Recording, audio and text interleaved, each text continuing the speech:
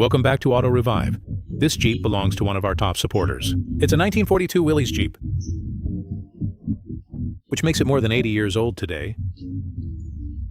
It probably even saw service in World War II. The owner paid a serious price for it, enough to make both of us sweat. It had been sitting dead for years at the owner's place. By now, it wouldn't even start. And out of the Jeep's 4 wheels, 3 of them were completely seized. About 90% of the paint would flake off with just a scratch. So in the winter of 2024, I gave this Jeep a complete teardown. First, I lifted off its simple body shell, then pulled out the engine, and brought it back for a full rebuild. Looking at this engine with modern eyes, the workmanship is extremely crude. The engine oil inside was pitch black, and who knows how long it had been since the last oil change. Luckily, the reason it wouldn't start was that the valves had rusted and seized. There are 8 of them in total, and 6 were rusted solid and gave me a real fight. I soaked and worked them loose again and again, until they finally moved freely again. And while cleaning the engine, I even had to call in my clone to help out. So between the 2 of us, we cleaned this engine inside and out, as thoroughly as possible. At this point, this engine was finally ready to go back together. Now we could take it apart and reassemble it properly. This engine was designed for wartime service, and its internal layout isn't even as complicated as a modern tractor's. That very simplicity is what made this Jeep so reliable. And it also made rebuilding the engine feel almost like child's play. Next, we took the rebuilt engine back out again, sandblasted the exterior to remove the rust, then sprayed it with high-temp epoxy primer. After that, it was ready for factory-style engine paint. And finally, we could mate the engine back up with the transmission.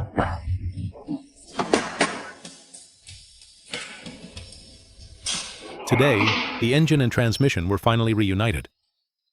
To put it poetically, they were made for each other. I set the rebuilt engine aside, and now it's time to tackle the frame. To save time and effort, I hauled it straight to the sandblasting shop for a full rust removal blasting. This frame is more than 80 years old, but once blasted, it was stripped right back to bare metal, and all the rust damage was exposed. Anywhere the metal was rusted through like this, I cut the bad section out completely, then fabricated matching patches and welded them back in. After that, I repaired the other rusted sections of the frame too, and once the frame was finally solid again, I didn't wait around for a second. I sprayed it with epoxy primer right away to protect it from rust, and then finished it in a factory-style top coat. At that point, the frame restoration was officially done. I installed the front and rear axles, and while I was at it, I opened the rear differential cover to see what was going on inside. The fluid in there looked like it was 80 years old too. It had long since stopped lubricating, and had turned into sticky sludge, almost like asphalt, so I had to clean it out with gasoline first. Luckily, the gears themselves weren't damaged, and the wear pattern was still acceptable, so I replaced the gasket, sealed it up properly, and bolted it back together. Now we could finally deal with the issue of 3 out of 4 wheels not turning.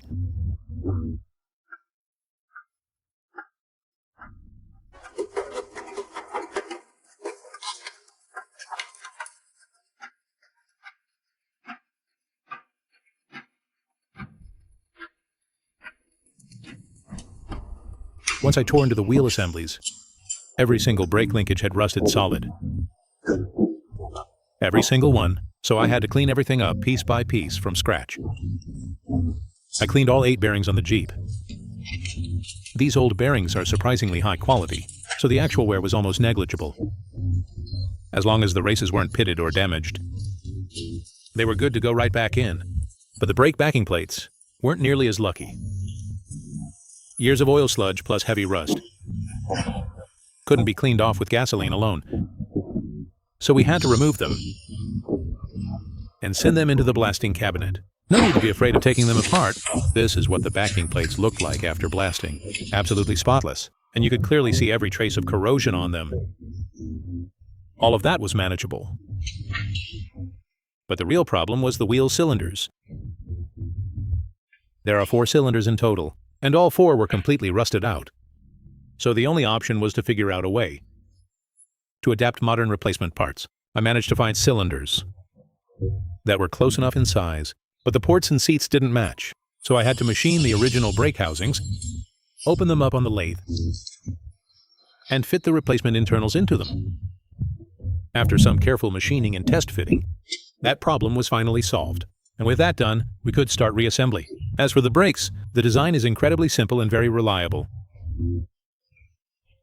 As long as this Jeep never has to go back to war, this whole setup could probably keep working for another 80 years. Once the wheels were back on, the rolling chassis was finally sorted. Now we could take the engine and set it back in the Jeep.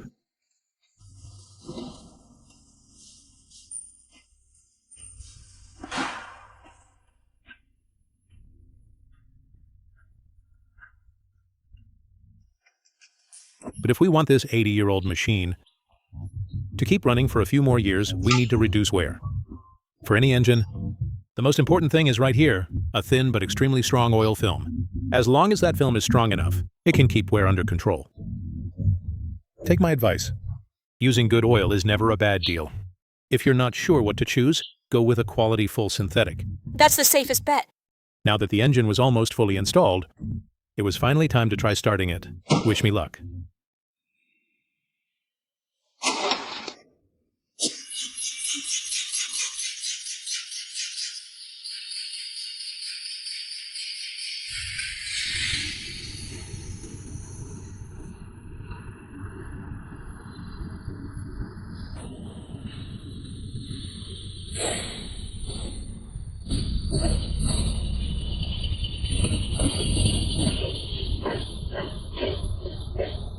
And just like that, this 80-year-old engine finally came back to life and roared again. The starting method was still a little rough, but once the full wiring is connected, it'll be much better. So now we could move on to the body shell. For us, rebuilding the engine and chassis wasn't the hardest part, but fixing the sheet metal on this body was honestly a real challenge. And the rust damage underneath was this bad.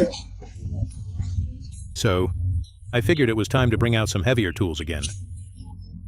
But I quickly realized that even though the paint on the body was all blown and cracked, it was still a pain to strip off cleanly. So, I had no choice but to bring out another tool, and even call in my clone again to help.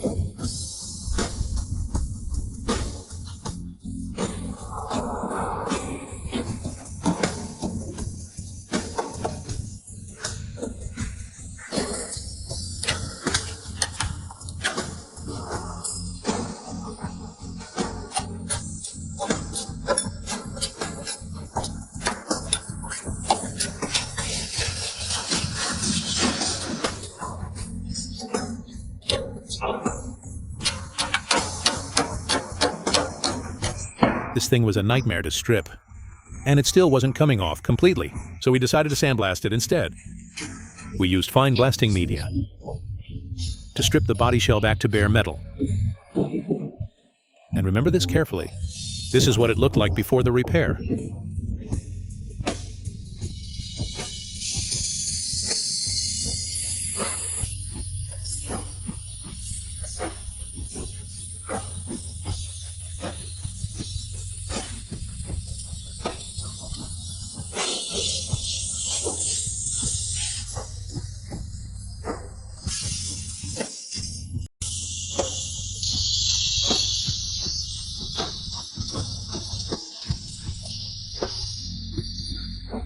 In total, I spent about 800 yuan to strip every body panel completely clean. That also exposed all the Jeep's hidden damage. There were small rust holes like these, and bigger rusted sections, like these large rotted areas in the step panels. But what really surprised me was how badly even the fuel tank had rusted through.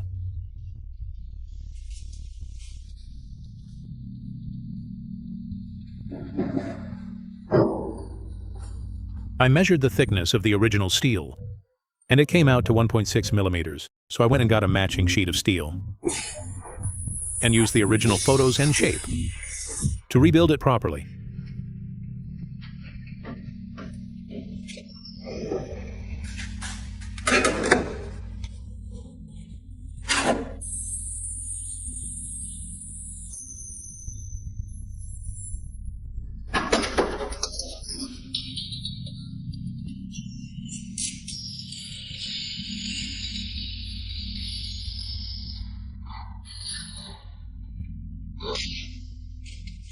This Jeep really is more than 80 years old, and it was full of hidden problems.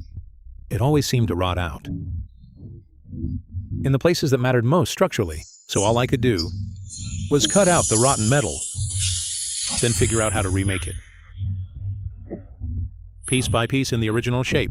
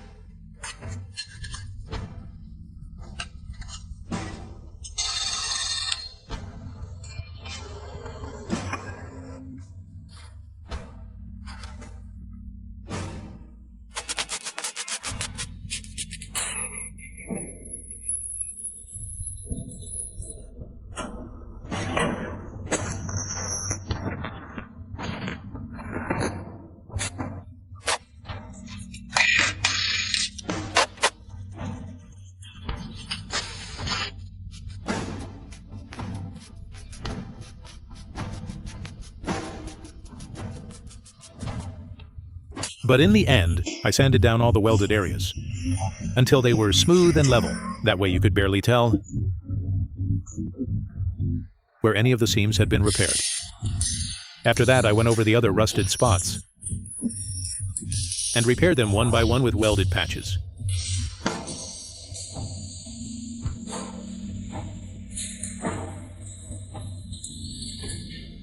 At that point, the body shell was finally repaired. Then, without wasting any time, I rolled it straight out and sprayed it with epoxy primer as the first protective layer against rust. And I laid that primer on nice and thick. I want this thing to last another 80 years.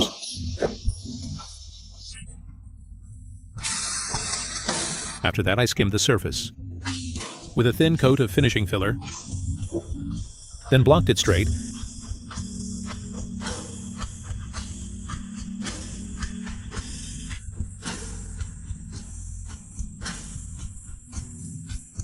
so the large panels would stay perfectly flat before moving on to the next step.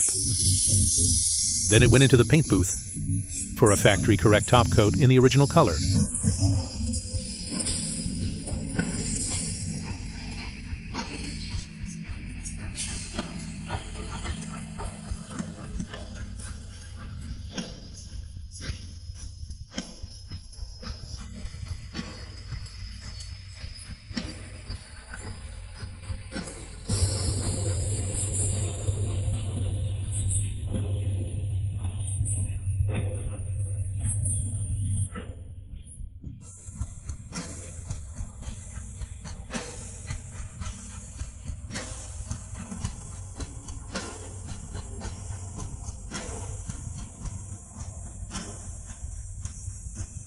This was the final major step for the paint finish.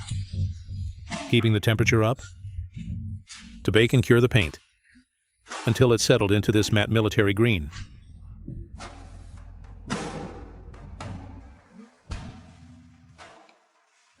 As for all the small parts around the Jeep, including the hood, small brackets, and covers, I put in the same time and patience to sandblast every one of them and repaint them properly. Once I lifted the body back up, I sprayed the underside with undercoating so it could add sound deadening and also provide real rust protection. I genuinely hope this Jeep can hold on for another 80 years. And now that the engine, chassis, and driver's seat all have this extra layer of protection. It deserves to keep running for another 80 years. Once all of that was taken care of, we could finally move on to the final assembly of the Jeep.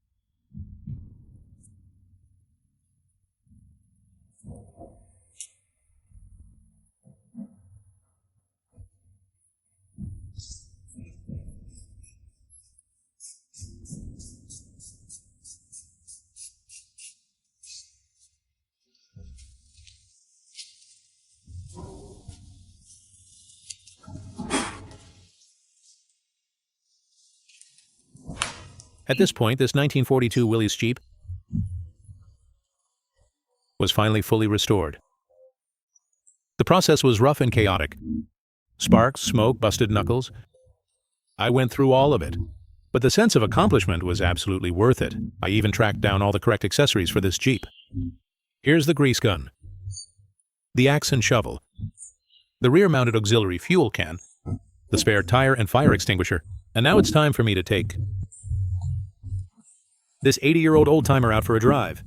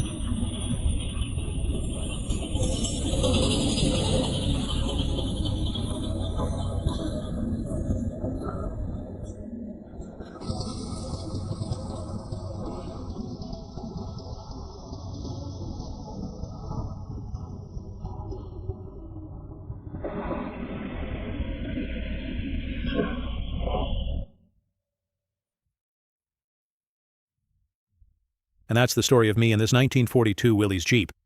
From a dead relic to a running machine again. Thanks for watching AutoRevive. Stay safe, stay well, and follow AutoRevive for more.